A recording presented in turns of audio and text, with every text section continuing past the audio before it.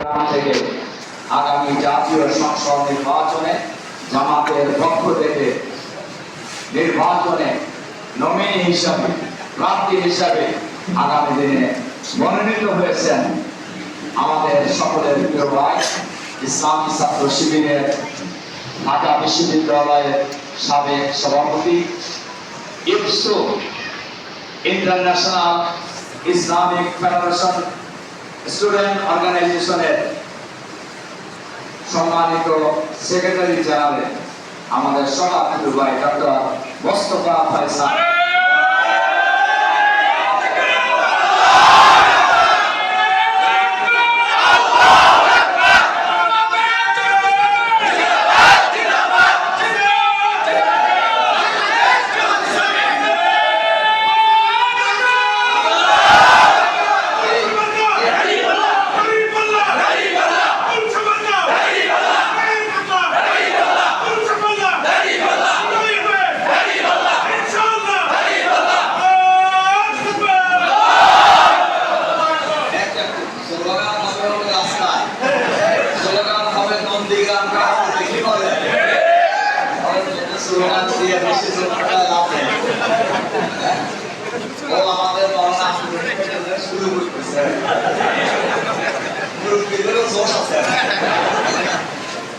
আলহামদুলিল্লাহ